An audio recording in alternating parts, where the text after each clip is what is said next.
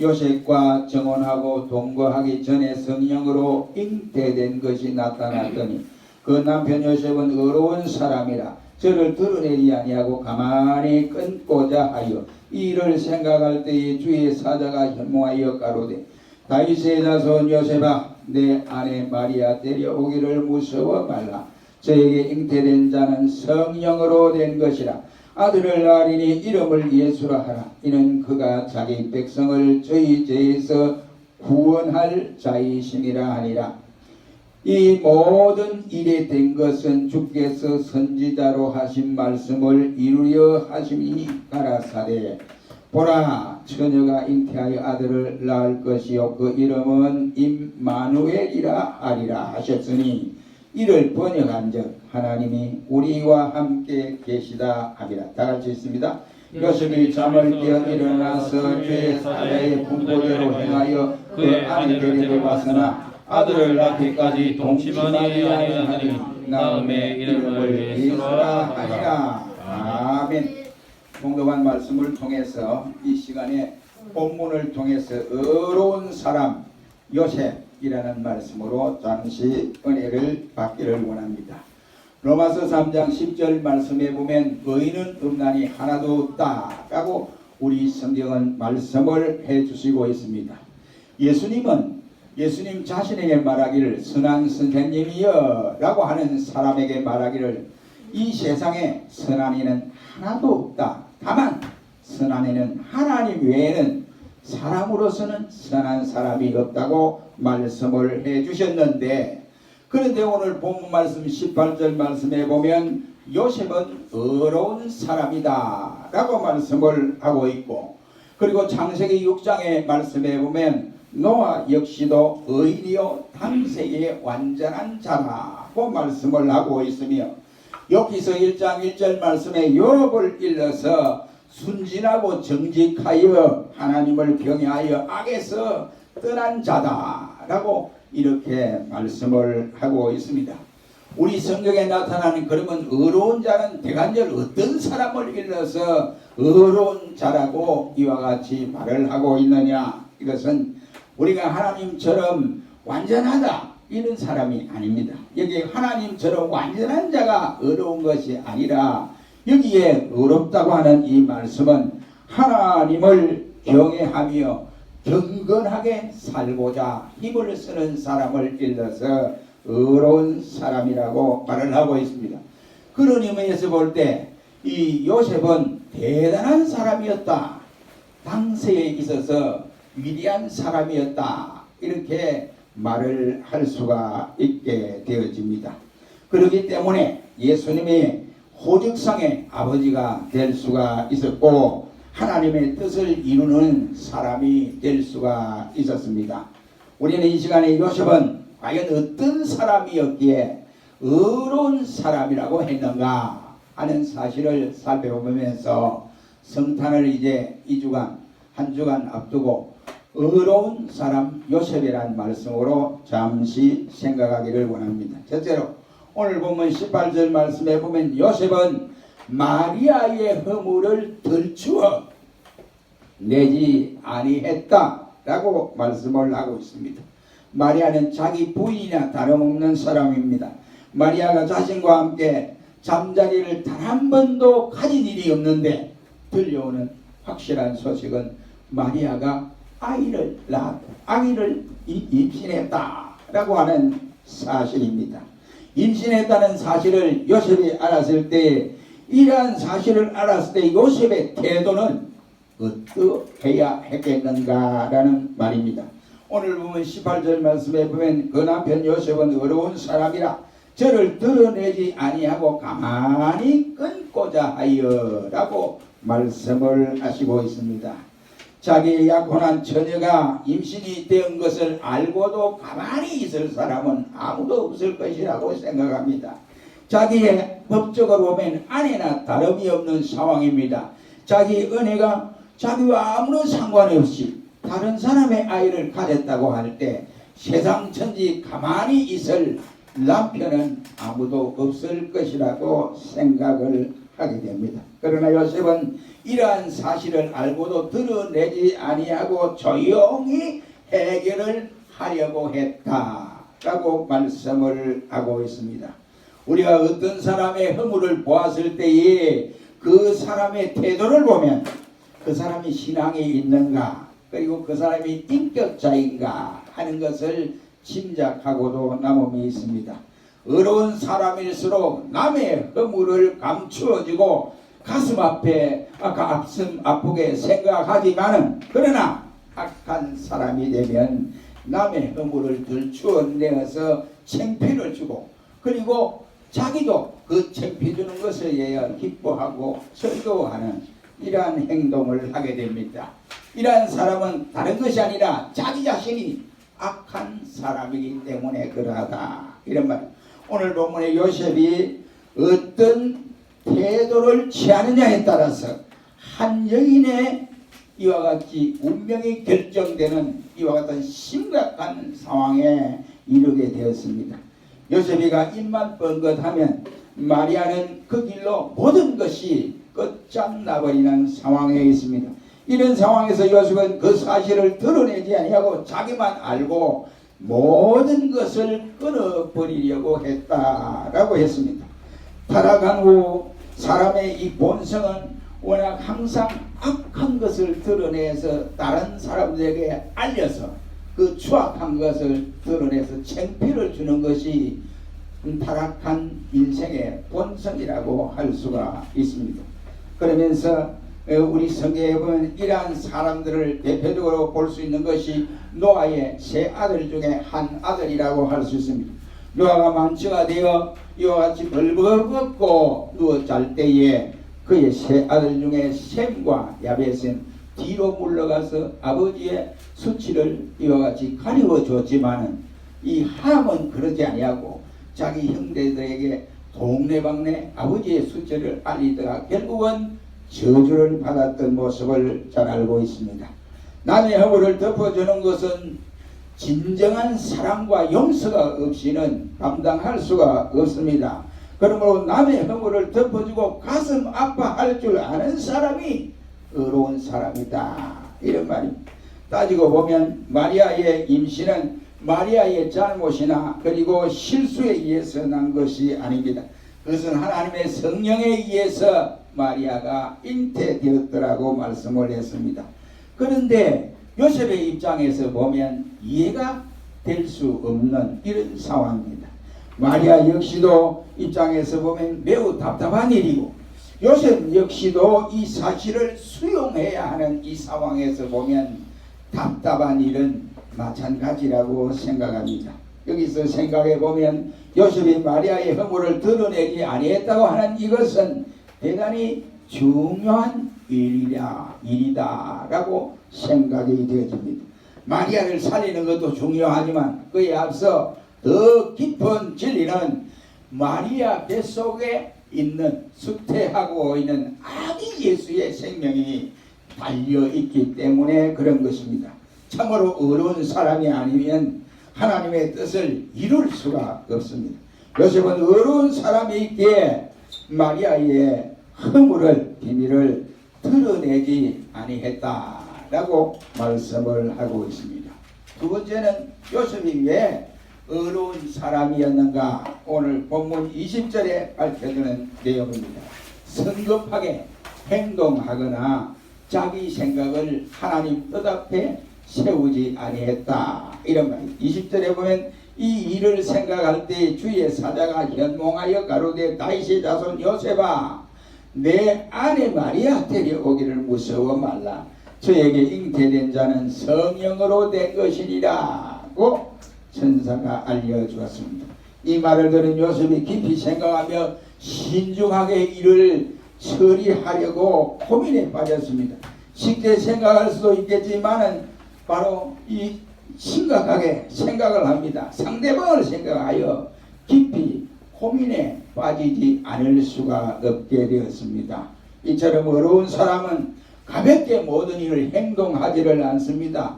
신중하게 또 생각하고 생각해서 일들을 바로 하나님 앞에 어떻게 하는 것이 처리하는 것인가 하고 이렇게 생각하고 처리를 하기 때문에 많은 생각을 가지게 되는 것입니다. 오늘 본문에 이 일을 생각할 때라고 하는 이 말씀을 보면 요셉은 어떻게 처리를 해야 좋을지 몰라 고민하여 하나님의 뜻을 구할 때에 주의 천사로부터 계시를 받게 되었습니다. 우리 인간들은 성급한 생각 때문에 하나님의 뜻을 거슬리는 경우들이 종종 있습니다. 인간들의 자기 중심적인 생각 때문에 하나님의 뜻이 빗나가 버리는 경우들이 많습니다. 요셉의 생각은 인간적으로 보면 합당했지만 하나님의 뜻은 아니었다라는 사실입니다. 인간은 하나님의 은혜가 아니고는 온전하여질 수 없다고 하는 사실을 우리에게 깨닫게 하는 것입니다. 요셉은 계시를 받은 후 하나님의 뜻을 알게 되어졌습니다. 마리아의 상태만 보고는 오해할 수밖에 없었고 또한 마리아의 변명만 듣고는 이것을 이해할 수가 없었지만 그러나 하나님의 천사의 통보를 받고 하나님의 뜻이 무엇인지를 요셉은 정확하게 알았다 이란 말입니다. 그래서 요셉은 바로 이와 같은 사실을 천사의 통보를 받고 그의 마음의 상태가 달라졌습니다. 요셉은 하나님의 응답을 받기 전에는 자기의 마음대로 결정하지도 아니했습니다. 많은 사람들은 성립관념에 따라서 자기 마음대로 결정하고 자기 마음대로 이와 같이 판단을 내리기 때문에 많은 사람들에게 정죄를 하고 이와 같이 손가락질을 하는 경우들이 있지만 요셉의 경우는 그러하지 아니했다는 사실입니다. 요셉은 일반 사람들의 처세와 다른 모습을 보여주고 있습니다. 결코 자기의 생각을 하나님 뜻보다 앞세우지 아니했다라고 하는 사실입니다. 하나님은 당신의 뜻을 진정 알기를 원하는 자들에게는 깨우침을 항상 허락하여 주십니다. 하나님의 뜻을 받들려고 고민하는 요셉에게 하나님은 계시를 주어 깨닫게 하여 주셨습니다. 그가 고민하여 깊은 생각에 젖어 있을 때 주의 사자가 나타나서 그에게 현몽했다라고 했습니다.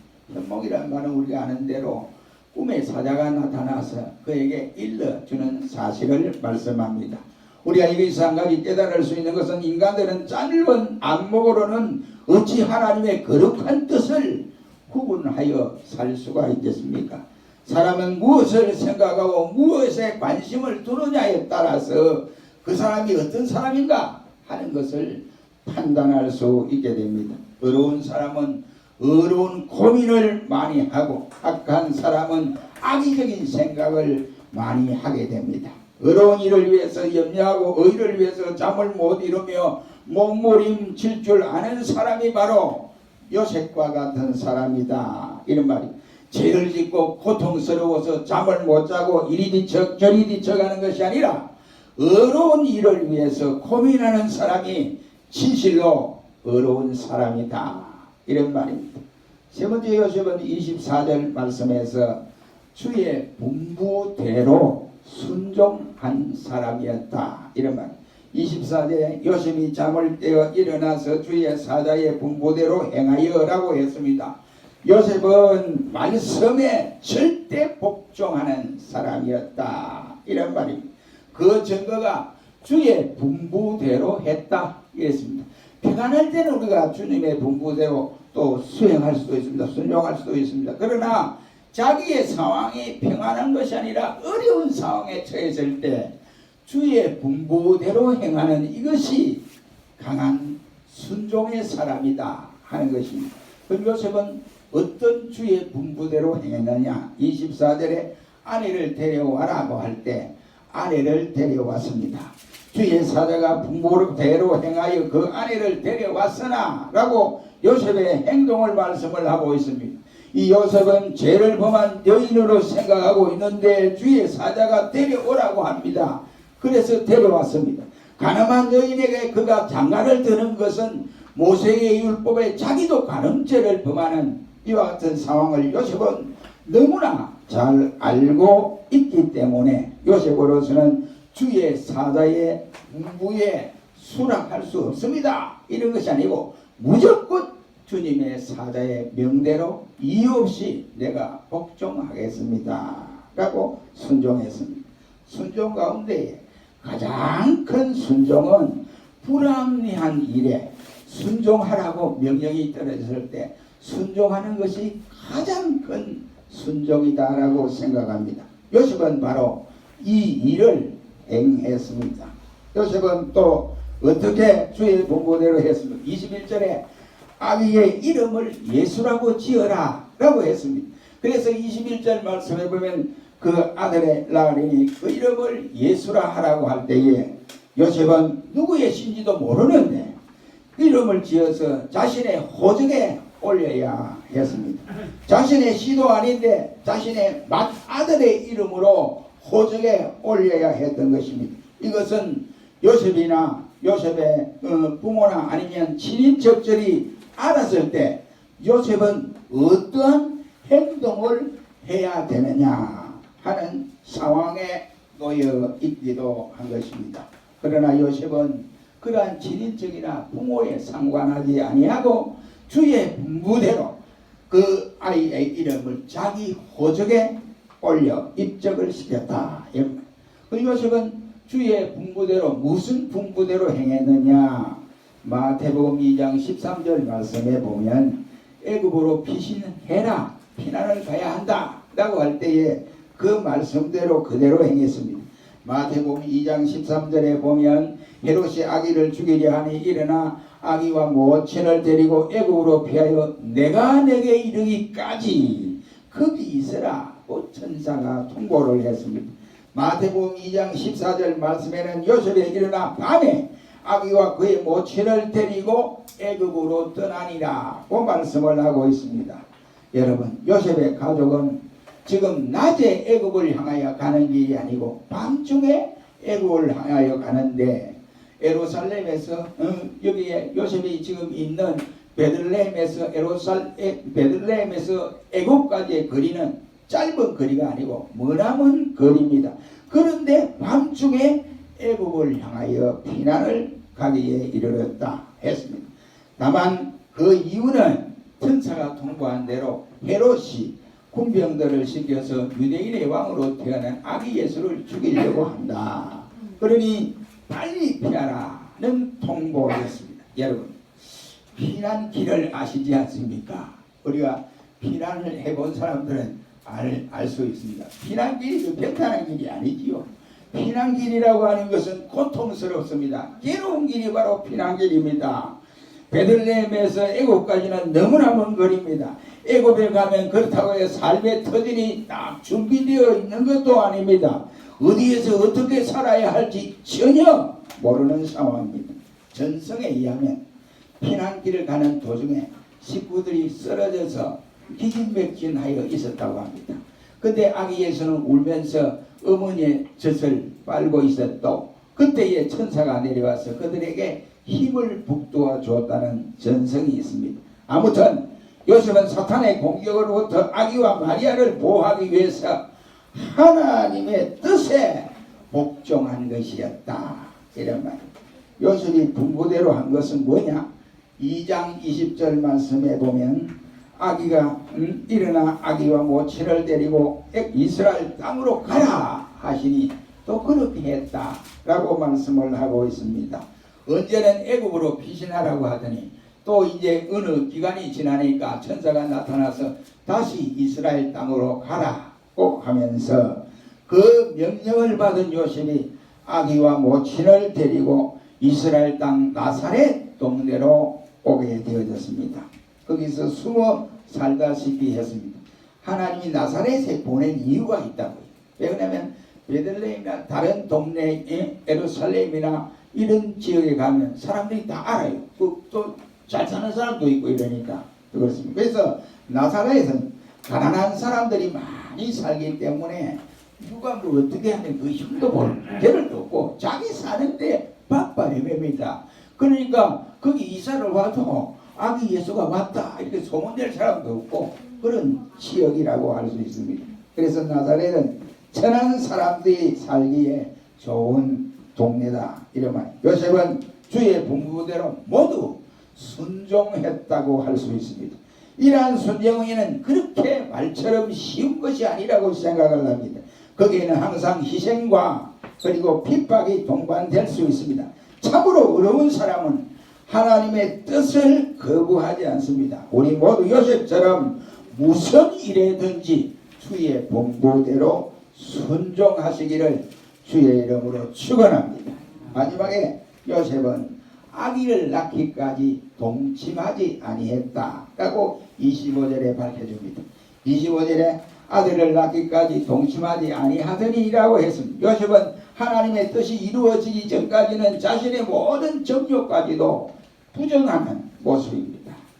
그들은 신혼부부요 처녀 총각이 같이 살면서도 동침하지 아니했다라는 말입니다. 하룻밤에 떨어져도 견디기가 힘이 드는 상황에서 아이를 낳기까지 동침하지 아니했다 이 말이. 이들은 하나님의 거룩한 뜻을 이루기 위해서 자신을 부정하는 이러한 삶을 살았던 사람입니다. 그야말로 요셉은 믿을 만한 사람이요 어려운 사람이었다라고 할 수 있습니다. 요셉이라고 어찌 남자가 아니겠습니까? 그러나 요셉은 하나님의 뜻이 더 귀중한 것을 깨달았다 이런 말. 하나님의 뜻을 알고 있는 사람이다 이런 말이.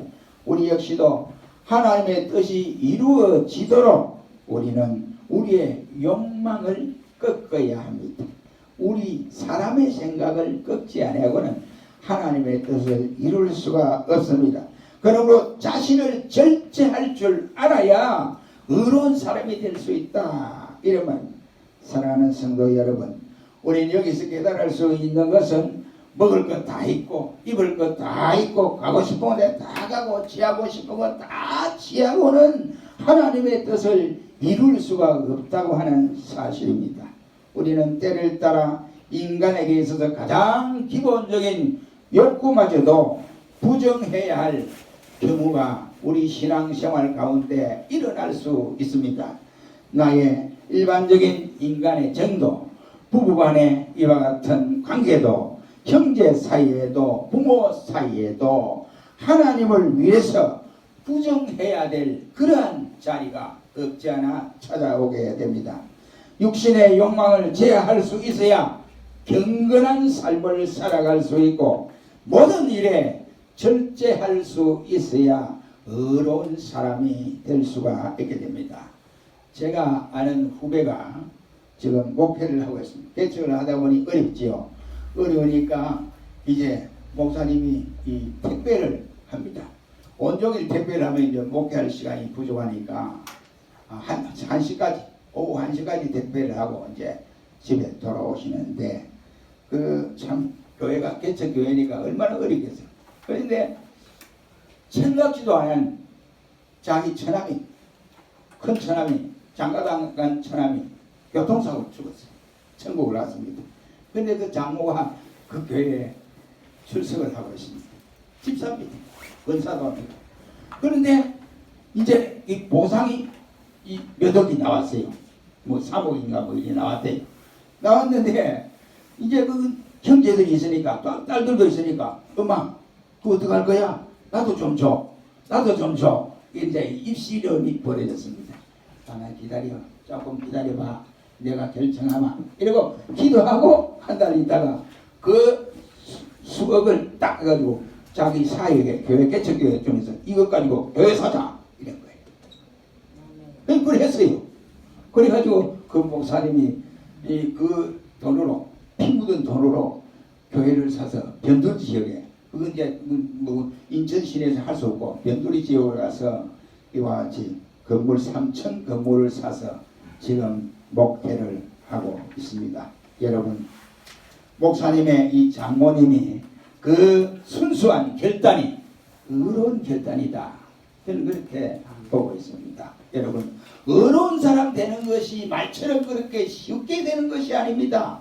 신앙적인 결단이 요할 때 신앙적인 결단을 할 수 있어야 어려운 사람의 길을 갈 수 있습니다. 요셉이 바로 이러한 일의 길을 걸어갔습니다. 우리 모두 요셉의 이러한 본을 받으시기를 주의 이름으로 축원합니다. 결론을 맺겠습니다. 하나님의 아들이 이 땅에 내려오시는 데 있어서 많은 사람들의 도움이 필요했습니다.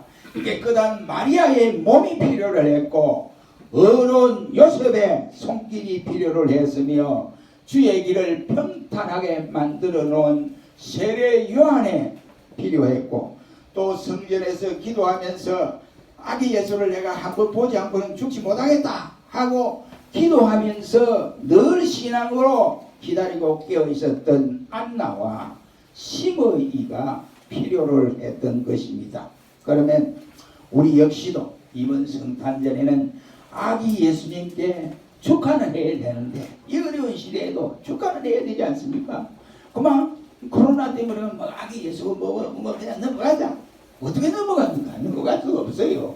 그러니 우리도 어려운 사람 요셉의 신앙을 본받아서 내가 아기 예수님 때 축하하기 위해서 꼭 필요한 사람이 되어 아기 예수님께 마음껏 축하해드리는 성탄이 되시기를 주의 이름으로 축원합니다. 기도하겠습니다.